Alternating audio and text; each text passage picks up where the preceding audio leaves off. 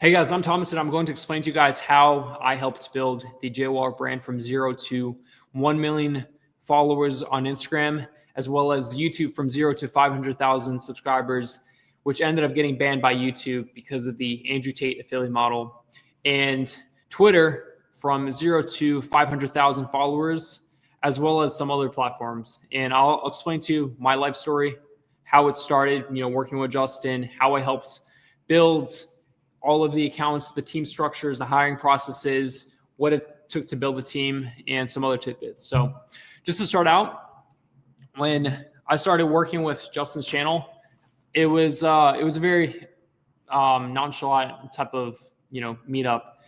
Basically, at the time when I was 20 years old, I was working with 7 other clients, including guys like Fresh and Fit, Sterling Cooper, Roll Tomasi, Legal Mindset. And Sterling, he ended up inviting me over to his apartment to meet this guy named Justin. And he was like, "Hey, Thomas, I would love for you to meet Justin. He's a guy within the war room. He has a really cool presence to him. He wants to start a YouTube channel. He's been thinking about it and he wants to, talk to you." So I ended up going to his apartment, ended up shaking Justin's hand, and immediately, the first thing that you notice with Justin is that he just has this presence. He's a tall guy, 6'3", 6'4", football physique, very charismatic. And I immediately knew that, this guy has potential. I'm surprised, he doesn't even have some sort of social media presence. So we ended up going out to the balcony. We ended up talking. And long story short, I just explained what I do. Justin started talking about his story. First thing he talked about was his whole concept of climbing the mountain and how, it's important for people to find other mountains to climb. And that was his kind of starting message within his YouTube channel once we ended up starting. But long story short, he asked me "Hey, Thomas, how much would you charge for your YouTube services?" And at the time, I didn't really, know pricing structures or how to price clients. And I was like, I'll run your channel for $800 a month. So deal came through, easy close, no objections, nothing. And it took about, I'd say, 3 or 4 months after that for us to really start the YouTube channel. So I think we met up sometime around June 2021, but we didn't really start posting videos until August of 2021. So I would say maybe 4 or 5 days after meeting Justin, we ended up, just shooting tons of videos. And one of his most famous videos that he ended up recording was I believe it was a gentleman game video where he was just wearing the blue suit. I just put down a video camera. It was the Sony A7 III. And we just immediately started shooting, and immediately Justin just understood all the aesthetic purpose, how to, place the suit, how to place the whiskey glass, how to structure his sentences. And that's one thing that I really learned about, just working with clients, is that it's really important for you to find, a person that's able to speak on camera. Because if you're going to be able to work with a client, it's very important for them to be able to understand how to formulate content, how to formulate ideas. And one thing I've noticed, online nowadays is that there's a lot of young guys, starting YouTube channels and starting Instagram accounts, but there's not that many, if you really think about it, business owners starting, YouTube channels. And Justin, at the time when I met him, he was around, I think, 35 years old, operated a construction company for 13 years, 12 years. And he had tons of life experience, which is really important thing, for most business owners to do. I really think as a business owner nowadays in 2025, it's really important to start a YouTube channel and to really just show your presence. So with Justin, he had this presence immediately. He understood how to script videos. He understood how to speak on camera. He understood how to, speak with a loud presence. And that immediately came off within his first video. So we ended up posting that video. I think it was in, like I said, August 2021. And the video didn't get many views. And that's part of the game. You guys got to expect that when you post your first video, you're not going to get that much in terms of views or subscribers. That's just part of the process. So I was like, Justin, don't expect your videos to get that many views. It's going to take some time to get views overall. So posted the first one, then eventually maybe a week or two, we ended up posting the second video, then the third video, and the fourth video. And then I think by the fourth or fifth video, Justin started, going through Miami and networking with different people. Since Miami is like one of the biggest networking hubs. And I would say like one of the biggest hacks, as a YouTuber or any sort of influencer is to just immediately start networking. If you know any sort of influencer, whether they're big or small, immediately start collaborations with them. I don't care if it's a podcast or if it's a vlog or something. If you want to get a boost within your social media accounts, you need to start collaborating. It's one of the biggest, hacks when it comes to just growing within social media. And he started doing that. And the first person I think he started collaborating with was Rollo Tomassi. And immediately Rollo met Justin. Obviously, Justin had this, presence, a very unique presence. And they hit it off automatically. They started the podcast. I think it was in Sterling Cooper's studio, which had like a red curtain. It had like this shield right next to it. I think it was a shield, or it was like a helmet. And it was Sterling, Rollo, and Justin. And immediately Justin like kicked it off really quick with this podcast and started really just, like telling stories, started giving really good life advice.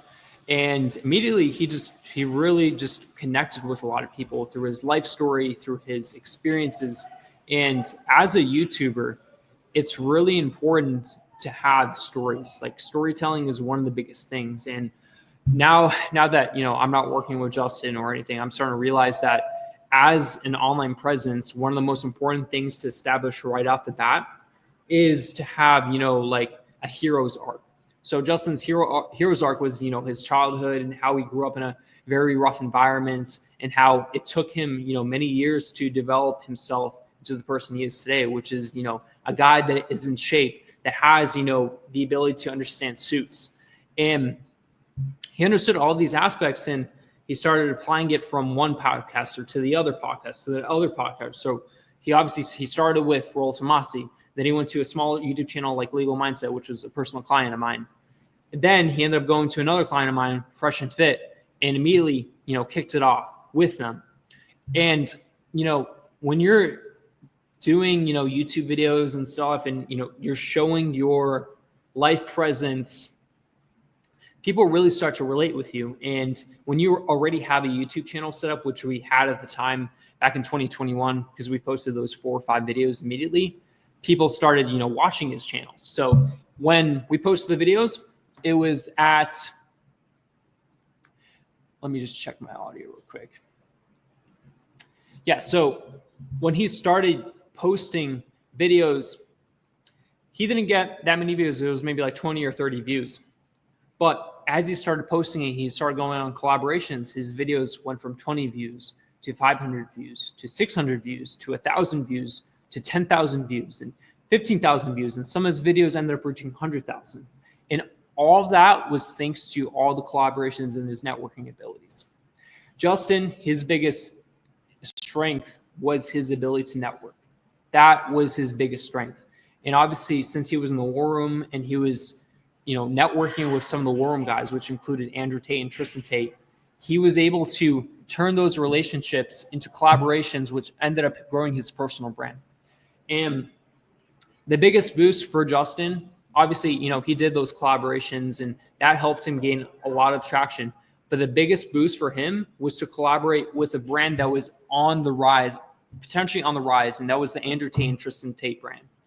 And when he started, going to Romania and to Ukraine and to Dubai to meet up with the Tates, he developed a really strong relationship with them, which helped him get on their vlogs, which included Tate Confidential, including going on to their emergency meeting podcasts, also other clips as well. But him going on to the Tate brand and really structuring himself as like kind of like the third Tate brother in a way, really built up his credibility within the market. So collaborations, guys, I'm telling you, if you have the ability to collaborate, do it. It doesn't matter if you're a big person or a small person. Hell, if you're trying to collaborate with a person that has 50 subscribers, but they're getting, 200 views per video, do it, because you never know if that person's going to blow up one day. And then because he blew up, your channel ends up blowing up as well. So Justin, his biggest ticket not only was like all the people that he collaborated with, but also mainly the Tates. And people really associated Justin as, like I said, the third Tate brother, which really helped him with just building up this online presence of like, being the guy that, smokes cigars, wears suits, drinks whiskey, and this image started creating. And the one thing that I really noticed, when I worked with Justin is that people really recognize him on the streets as like, hey, like Justin, like you've changed my life because you are so relatable and you really, talk about your life in the most humble way possible. And that was one thing that Justin really established. Like part of his personal brand was to have the flashy side to him, but also have the humble side, which is part of his persona. And he was viewed as like this Southern guy that had this charm to him, that loved buying Walmart jeans from the rack, and it just made him a very relatable person. So I see a lot of online personalities nowadays, especially young kids that start YouTube channels and Instagram accounts. They start off with trying to flex as much as possible instead of actually trying to be themselves. Like one of the best personal brands that I've seen that, they're really embracing their youth and they're able to grow their YouTube accounts and their Instagram accounts and all the other accounts that they start is School of Hard Knocks. Like they're playing their cards super correctly. I think James, he's around like 22 or 23 years old, around my age. And instead of, being this flashy guy that, flexes his watches and, buys Lambos, I'm sure he has the money to buy a Lambo if he really wanted to. But he doesn't play that card. Instead, he's the student interviewing the person, not the person, but like millionaires, billionaires, entrepreneurs, doctors, all kinds of people. And he's coming in from like, hey, I'm James. I'm a young guy. I don't know shit about life, but this person knows a lot about life. And I'm going to come in and interview this guy. And also on top of that, what I'm going to do is I'm going to approach it at an angle where it's not just like I'm this young guy, but he also comes at it with an angle where he's like, hey, like coming out like it's kind of like a sales angle where he's persistent. He's trying to get the person on the microphone. And like it creates this sort of like storyline and this drama where he's like, I'm in Miami and I'm trying to interview 10 entrepreneurs on the streets. And it creates like a really cool type of personality. And with Justin, it's kind of a similar thing, but obviously, he's 35 when he started out. But you guys need to have, an online persona, something that people can relate to, this sort of image that when they see your channel, they understand who you are and what your role is. And with Justin, he was viewed as kind of like the guy that gave you, the hard life advice, but in a very sweet and humble way. So, Justin, like he just grew so fast, and his Instagram account just ended up blowing up like crazy. So I think when I started running his account, he was maybe at like maybe 5,000 or 6,000 followers on Instagram. Not that much, but his account just it just started growing really, really fast. I think when he started out, his Instagram stories would maybe get 200 or 300 views per story, but when he started traveling around the world more, making new connections around the world, he went from 100 views per story to making thousands to hundreds and thousands of views per story, which I'll explain a little bit later, like what the strategy is behind just getting tons of views and how you can use that to sell products.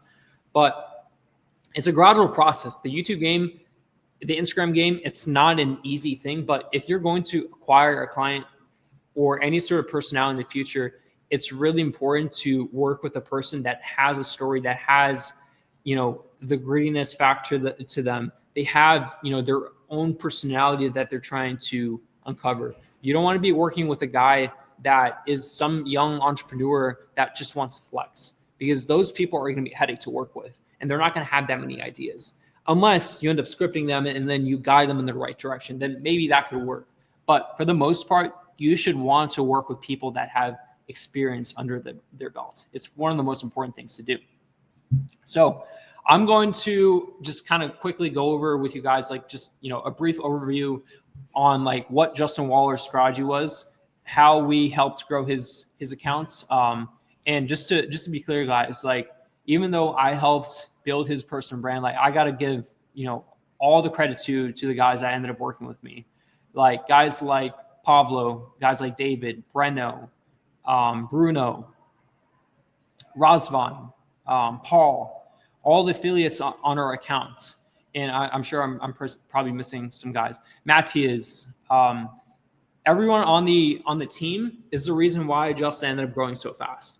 Like if you guys don't have a team set in place to build a personal brand, like you're not going to go anywhere. It's not a one-person army. It's so important to build up teams. Team building is one of the most important things to do as a personal brand. Like you need to have salesmen in place. You need to have video clippers in place, thumbnail designers, salespeople, people that build funnels for you, people that operate your systems for you. If you don't have that, you're not going to build a personal brand that gets over 1 million followers. And even if you do build a personal brand to over 1 million followers on any account, you're going to have so many views that, could be high quality, low quality, but you're not going to know how to convert them. Because ultimately you can get tons of views, but you want to turn that personal brand into a business. It's one of the most important things to do. All right, guys. So starting off with Justin's YouTube account. So obviously Justin doesn't have any sort of YouTube channel anymore. This is probably the closest thing to his YouTube channel, which is just an affiliate account that we started. Shout out to Razvan who helped create this. But just looking at Justin's strategy, tons of shorts. This is the one thing that we really focused on with Justin. And just, I got to give props to Luke and the Tate team for just, teaching us how to operate these systems. But Justin, his main strategy, posting shorts on all fucking platforms: YouTube, Instagram, X, Telegram, email list, Threads, Facebook. Every account ended up basically creating short videos. Short videos, guys, like when I started working with Justin, I had this belief that short videos were bullshit and that they couldn't get you views, they couldn't get you sales. And honestly, I learned a very hard lesson when I ended up going to Dubai and learning from Luke how important it is to just spread content on every single platform. If you have a social media team, it is stupid for you not to post on all platforms. It is absolutely dumb. Because if you don't post on all social media platforms, you're missing out on so many views, because you never know.